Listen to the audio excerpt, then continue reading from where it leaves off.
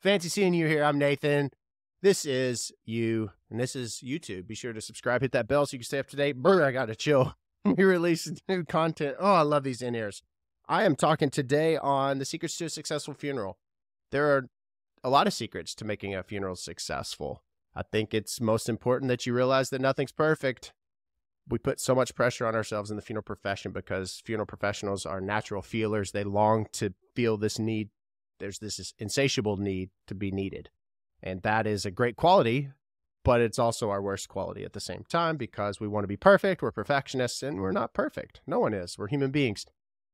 Being gentle with yourself, realizing that nothing is going to go off without a hitch. But the caveat to that is if you act like there's a problem, then there's a problem. If you don't act like there's a problem, then it's perfect, meaning it went great. That's what you need to avoid is showing face when something doesn't go great. Let's start at the beginning. To make certain that a successful funeral is carried out, you must be prepared. Now, you'd be like, Nathan, that's a stupid and very easy. That's a very easy thing to say. No, it's important.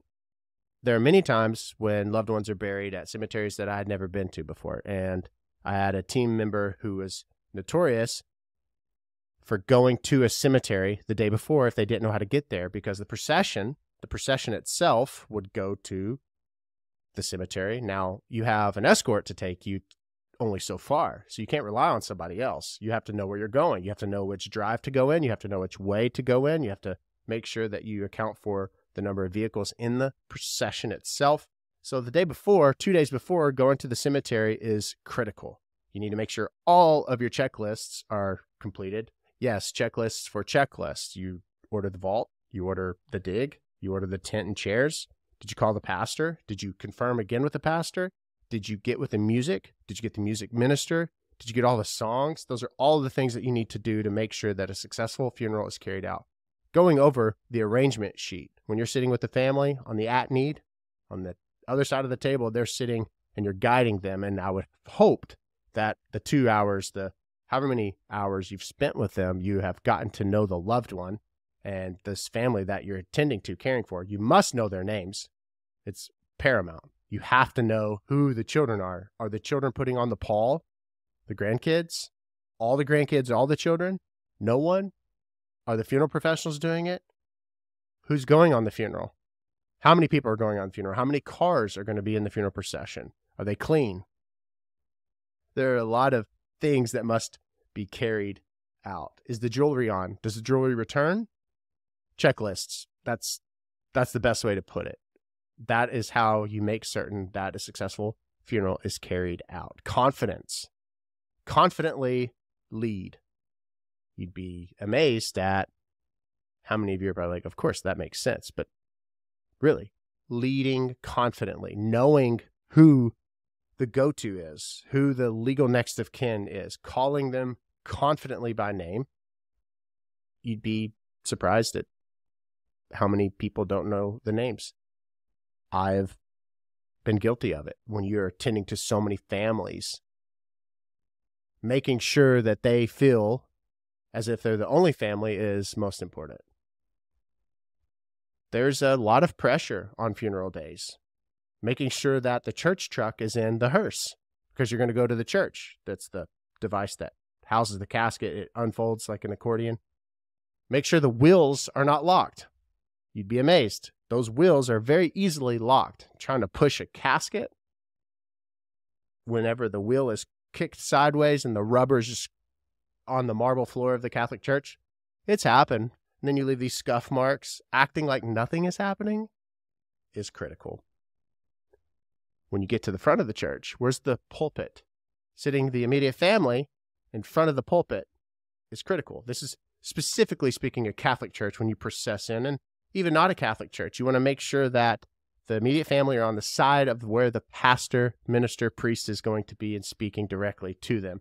On the opposite side would be, oftentimes, traditionally speaking, the pallbearers. But I say all that because maybe the pallbearers are children and immediate family members, and they want to sit with their spouses or their parent or their parents on the side that the pulpit's on. Totally fine. You must be prepared and know there might be a special route. What do I mean? Like the procession, let's say on the way to the church or on the way to the cemetery, or on the way to, you want to maybe go in front of the homestead or in front of the farm or by the business or circle the block. A lot of families choose that. And you got to be mindful of what route are you going to take? What's the most efficient route? Have you called your escort or escorts?